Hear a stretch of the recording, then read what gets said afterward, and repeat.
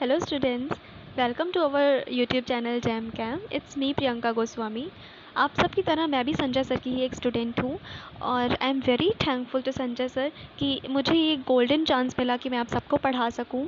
उन्हीं की वजह से मुझे ये चांस मिला है। मैं आपको एक चैप्टर पढ़ाने जा रही हूँ। Thanks a lot sir.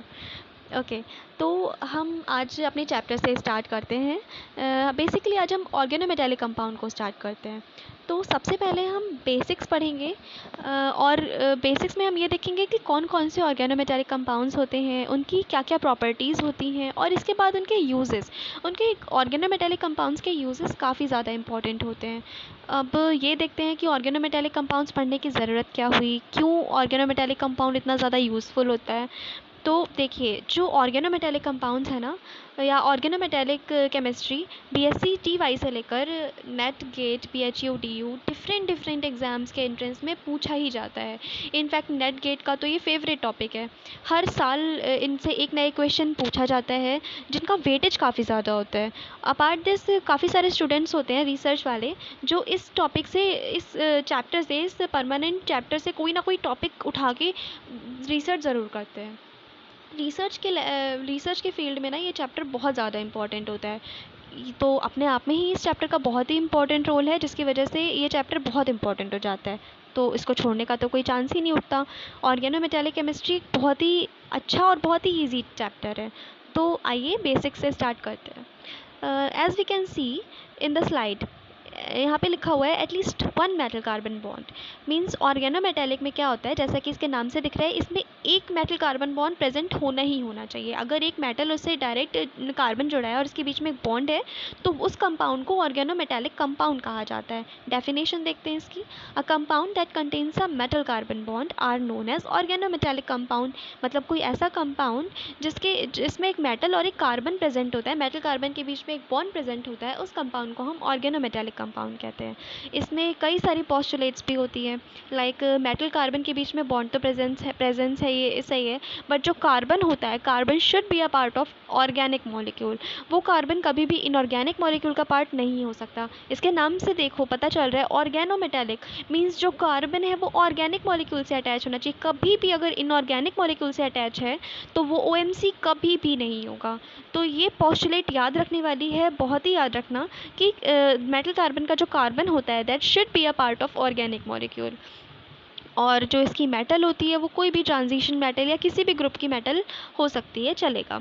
Okay, अब हम देखते हैं कि हमारे पास कौन कौन से ऑर्गेनोमेटेलिक कंपाउंड्स होते हैं। ठीक है, हमारे पास दिखाया जा रहा है आर एम जी एक्स तो हम लोग बहुत ही बेसिक से पढ़ते आ रहे हैं।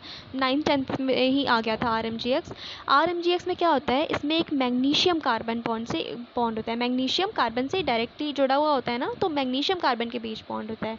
मेटल कार्बन के बीच बॉन्ड प्रेजेंट है, ऑर्गेनोमेटेलिक कंपाउंड होता है क्योंकि इसकी जितनी भी प्रॉपर्टीज़ होती हैं ऑर्गेनोमेटेलिक कंपाउंड से एकदम सेम होती है। इसको ग्रिग्नार्ड रिएजेंट भी बोला जाता है। Apart this R2CuLi, R2Zn etcetera, इन सब में मेटल कार्बन के बीच में डायरेक्टली अटैच एक बॉन्ड प्रेजेंट होता है।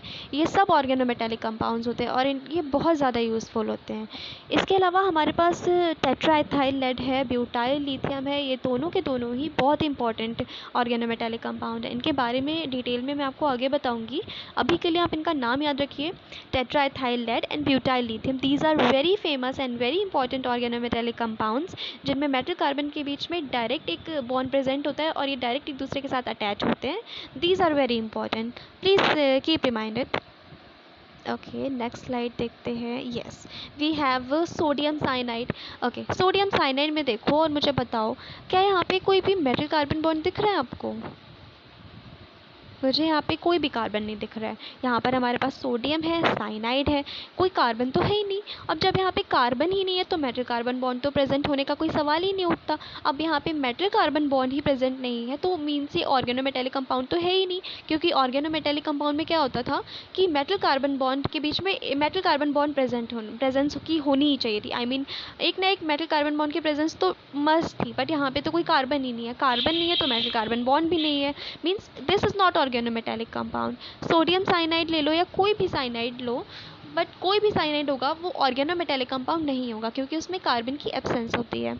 अपार्ट दिस अगर हम कार्बाइड्स की बात करेंगे तो कार्बाइड्स में भी कोई भी मेटल कार्बन बॉन्ड प्रेजेंट नहीं होता, जिसकी वजह से कोई भी कार्बाइड ऑर्गेनोमेटेलिक कंपाउंड नहीं होगा। ठीक है, फिर आते हैं कार्बोनिल्स।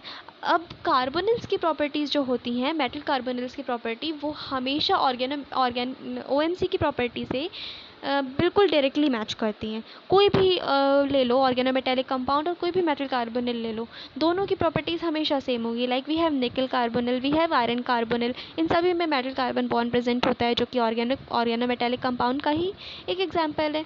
तो जितने भी कार्बोनिल्स होंगे वो सारे के सारे ऑर्गेनोमेटेलिक कंपाउंड्स होंगे, बहुत ज़्यादा यूज़फुल भी होते हैं। याद क्या रखना है, याद रखने वाली चीज़ दो है यहाँ पे। पहली बात तो ये कि कोई भी साइनाइड, कोई भी मेटल साइनाइड कभी भी OMC नहीं होता, कोई भी मेटल कार्बाइड कभी भी OMC नहीं होता। बट कोई भी अगर हमारे पास मेटल कार्बोनिल होगा तो मेटल कार्बोनिल हमेशा ऑर्गेनोमेटेलिक कंपाउंड्स होते हैं, क्योंकि कार्बोनिल्स जो हैं वो ऑर्गेनोमेटेलिक कंपाउंड्स की तरह ही प्रॉपर्टीज़ रखते हैं और इनमें मेटल कार्बन की बॉन्ड प्रेजेंट होता है। ठीक है, इसलिए हमेशा याद रखना कोई भी साइनाइड कार्बाइड ऑर्गेनोमेटेलिक कंपाउंड नहीं होगा, बट कोई कार्बोनिल होगा तो वो ऑर्गेनोमेटेलिक कंपाउंड ज़रूर होगा। ओके गाइस, तो अभी हमारे पास स्लाइड दी हुई है, एक इसमें कंपाउंड लिखा हुआ है विल्किंसन कैटलिस्ट। याद रखिएगा इसको, एक बहुत ही इंपॉर्टेंट कंपाउंड है विल्किंसन कैटलिस्ट। विल्किंसन कैटलिस्ट एक ऑर्गेनोमेटेलिक कंपाउंड होता है। देखो, सबसे पहले हम लोग इसके फॉर्मूले की बात कर लेते हैं। यहाँ पे इसका फॉर्मूला लिखा हुआ है RH PP3 ये विल्किंसन कैटलिस्ट का फॉर्मूला होता है। और विल्किंसन कैटलिस्ट एक बहुत ही अच्छा ऑर्गेनोमेटेलिक कंपाउंड होता है। इसमें बहुत सारे डाउट्स हो सकते हैं बच्चों को, इसलिए इसको ध्यान से देखिएगा। विल्किंसन कैटलिस्ट क्या, जब आपने इसका फॉर्मूला देखा RH PP3 तो जनरली इसमें बच्चे यही सोचेंगे कि इसमें मेटल कार्बन बॉन्ड कहाँ है, मेटल कार्बन बॉन्ड तो दिख ही नहीं रहा है, तो कैसे ही ऑर्गेनोमेटेलिक कंपाउंड होता है। बहुत सारे डाउट्स आ रहे होंगे। तो फिर अब हम इसके स्ट्रक्चर की बात करते हैं। स्ट्रक्चर कैसा बनाया, हमने सेंटर में रखा RH, तीन साइड पे हमने PH लगा दिया और उसके साइड में हमने क्लोरीन को जोड़ दिया है। ये हमारा विल्किंसन कैटलिस्ट का स्ट्रक्चर हो जाता है। अब विल्किंसन कैटलिस्ट एक कैटलिस्ट की तरह, जैसे कि इसके नाम में लिखा हुआ है ना विल्किंसन कैटलिस्ट, मतलब ये जो एक OMC है एक कैटलिस्ट की तरह बिहेव कर रहा है इसमें, लेकिन हमें मेटल कार्बन बॉन्ड कोई भी नहीं दिख रहा। तो क्या होता है, जब भी हम हाइड्रोजनेशन रिएक्शन करवाते हैं तो हाइड्रोजनेशन रिएक्शन में एक पूरी कैटालिटिक साइकिल होती है। जब वो साइकिल का प्रोसेस कंटिन्यूसली चलता रहता है ना, तो एक स्टेज ऐसी आती है जहाँ पे RH और कार्बन के बीच में डायरेक्ट एक बॉन्ड बनता है, क्योंकि RH PP3 यानी कि विल्किंसन कैटलिस्ट एक कैटलिस्ट की तरह बिहेव कर रहा है। और जब ये कैटलिस्ट की तरह हाइड्रोजनेशन रिएक्शन में बिहेव कर रहा है, पार्टिसिपेट कर रहा है, तो उसमें एक स्टेज ऐसा आएगा during the reaction, during the hydrogenation reaction, एक प्रोसेस या एक स्टेप ऐसा आता है जहाँ पे RH और कार्बन के बीच में एक डायरेक्ट बॉन्ड नज़र आता है। उस डायरेक्ट बॉन्ड की वजह से ही विल्किंसन कैटलिस्ट एक ऑर्गेनोमेटेलिक कंपाउंड की तरह ही बिहेव करता है। ठीक है, जैसे कि यहाँ पे मैंने शो किया हुआ है, RH सिंगल बॉन्ड लगा हुआ है, CH2 डबल बॉन्ड CH2 के अराउंड। यहाँ पे RH और कार्बन के बीच में डायरेक्ट एक बॉन्ड आ रहा है जो कि हाइड्रोजनेशन रिएक्शन के दौरान ही आता है। इसलिए विल्किंसन कैटलिस्ट एक बहुत ही अच्छा ऑर्गेनोमेटेलिक कंपाउंड है। आपसे इसके यूज़ पूछे जा सकते हैं, तो आप ये बताएंगे कि विल्किंसन कैटलिस्ट का यूज़ हाइड्रोजनेशन रिएक्शन में किया जाता है। विल्किंसन कैटलिस्ट की तरह बिहेव करता है, कैटालिटिक प्रॉपर्टी होती है इसकी। कैटालिटिक प्रॉपर्टी से आप ये भी बोल सकते हो कि जितने भी ऑर्गेनोमेटेलिक कंपाउंड्स हैं ना, वो मोस्टली कैटालिटिक प्रॉपर्टी शो करते हैं। कोई ना कोई या तो रिएजेंट के फॉर्म में प्रेजेंट होगा या तो कैटालिटिक प्रॉपर्टी शो करेंगे। तो इनका देखो, कैटलिस्ट के बिना भी रिएक्शन होना बहुत ही मुश्किल है, रिएजेंट के बिना भी रिएक्शन होना मुश्किल है।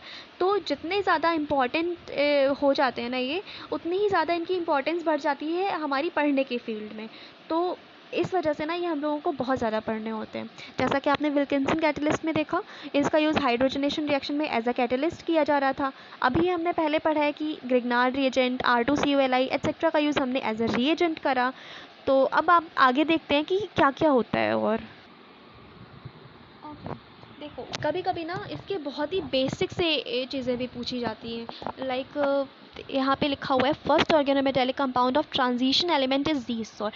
आपको कई बार किसी बहुत बड़े एंट्रेंस में भी या कहीं भी किसी भी एंट्रेंस में आपसे कॉमन क्वेश्चन पूछ लिया जाता है कि ट्रांजिशन एलिमेंट्स का पहला ऑर्गेनोमेटेलिक कंपाउंड कौन सा था। इसको हमेशा याद रखना, बहुत ही रिमाइंडिंग चीज़ है ये ज़ीसॉल्ट। ज़ीसॉल्ट एक ऐसा सॉल्ट है जो कि ट्रांजिशन एलिमेंट का पहला ऑर्गेनोमेटेलिक कंपाउंड है, हमेशा याद रखना है इसको। Zeise's salt is the first organometallic compound of every transition elements. Okay, तो अब हम क्या देखते हैं, एप्लीकेशंस ऑफ ऑर्गेनोमेटेलिक कंपाउंड। ये बहुत ही ज़्यादा यूज़फुल हो जाते हैं। एप्लीकेशंस क्या क्या होते हैं ऑर्गेनोमेटेलिक कंपाउंड के? एज अ रिएजेंट, मैंने आपको पहले से ही बताया है कि जो ग्रिग्नार्ड रिएजेंट, R2CuLi एट्सेट्रा, ये जो होते हैं ना, ये बहुत ही अच्छे रिएजेंट होते हैं। इनका एज अ रिएजेंट इनका बहुत ज़्यादा यूज़ किया जाता है। यस, सिस्प्लैटिन, ये आपके लिए नया है। सिस्प्लैटिन क्या होता है? एक एंटी कैंसर ड्रग होता है। Cisplatin is an anti cancer drug जिसका यूज़ एज अ ड्रग किया जाता है। देखो, सिस्प्लैटिन क्या होता है? एक ऑर्गेनोमेटेलिक कंपाउंड होता है, इसमें डायरेक्टली मेटल कार्बन के बीच में एक बॉन्ड पाया जाता है और ये एक एंटी कैंसर ड्रग होता है। तो इस ऐसे हम कह सकते हैं कि ऑर्गेनोमेटेलिक कंपाउंड का यूज़ एज अ ड्रग भी किया जाता है। हाँ, अब आ जाता है टेट्राएथाइल लेड, जो मैंने आपको पहले बताया था कि आपको सिर्फ नाम याद रखना है। अब पढ़ते हैं टेट्राएथाइल लेड के बारे में। तो टेट्राएथाइल लेड भी एक ऑर्गेनोमेटेलिक कंपाउंड है, इसका यूज़ एज एन एडिटिव किया जाता है। Okay, please keep remind, tetraethyl lead is used as an additive. Apart this, tetraethyl lead is an anti-knocking reagent, एक एंटी नॉकिंग reagent होता है, फ्यूल के रूप में इसका यूज़ किया जाता है और एक बहुत ही अच्छा, बहुत ही फेमस ऑर्गेनोमेटेलिक कंपाउंड है। तो इसकी प्रॉपर्टी से हमें दिखाई दे सकता है कि ऑर्गेनोमेटेलिक कंपाउंड का कहाँ यूज़ हो रहा है। ऑर्गेनोमेटेलिक कंपाउंड का यूज़ एज अ रिएजेंट करा है, एज अ ड्रग किया है, एज एन एडिटिव किया है। तो बस ये इन सब के यूजेस हैं। सबसे ज़्यादा important tetraethyl lead, cisplatin etcetera था, जिनका यूज़ हमने as a drug, as an additive etcetera किया। और इसी की वजह से ये लोग काफ़ी यूज़फुल हो जाते हैं, इनका काफ़ी जगह यूज़ किया जाता है। ठीक है, अब एक और होता है कंपाउंड जो कि मैं स्लाइड में नहीं लिखा, but you guys please keep remind, cacodyl complex. Cacodyl complex का यूज़ भी विल्किंसन कैटलिस्ट की जगह ही हाइड्रोजनेशन रिएक्शन में किया जाता है। जिस तरह हम लोग विल्किंसन कैटलिस्ट का यूज़ करते थे हाइड्रोजनेशन रिएक्शन में, let me show you somewhere, कहाँ गया, यस, देखो, विल्किंसन कैटलिस्ट का यूज़ हम लोग हाइड्रोजनेशन रिएक्शन में करते थे ना, उसी तरह एक कैकोडाइल कॉम्प्लेक्स होता है। कैकोडाइल कॉम्प्लेक्स का formula CO cobalt CO2 and carbonyl whole of 8। देखो, मैंने पहले ही बताया था ना, मेटल कार्बोनिल, जितने भी मेटल कार्बोनिल होंगे सारे के सारे ऑर्गेनोमेटेलिक कंपाउंड होंगे। This is cobalt carbonyl. Cobalt carbonyl को ही कैकोडाइल कॉम्प्लेक्स भी बोलते हैं। तो ये जो कैकोडाइल कॉम्प्लेक्स होता है ना, इसका यूज़ भी हाइड्रोजनेशन रिएक्शन में एज अ कैटलिस्ट किया जाता है। तो कभी अगर आ जाए कोई प्रॉब्लम हो तो आप इसका यूज़ कर सकते हो। Okay, so that's all about organometallic chemistry. इसके हमने बेसिक्स पढ़े, बेसिक्स के बाद इसके कंपाउंड्स में हमने देखा कि क्या क्या यूज़फुल था, कौन कौन से कंपाउंड्स थे, इनका यूज़ कहाँ कहाँ पे किया जा रहा है। That's all for today. So I need your valuable feedback. Please give me your valuable feedback. Actually, it's my first time जब मैं किसी को ऑनलाइन टीच कर रही हूँ. It's just because of sir. तो मुझे आपकी फ़ीडबैक की बहुत बहुत ज़्यादा ज़रूरत है। प्लीज़ गाइज़, आप नेगेटिव पॉजिटिव कोई भी फ़ीडबैक हो प्लीज़ दीजिएगा। मुझे खुद को इम्प्रूव करना है और भी और आगे तक जाना है, सर का नाम रोशन करना है। इसके लिए मुझे आपकी फ़ीडबैक की बहुत ज़्यादा ज़रूरत है। प्लीज़ गाइज़, प्लीज़ फ़ीडबैक ज़रूर दीजिएगा। कोई भी नेगेटिव पॉजिटिव कोई भी फ़ीडबैक हो, please share. Okay, thank you, thanks a lot.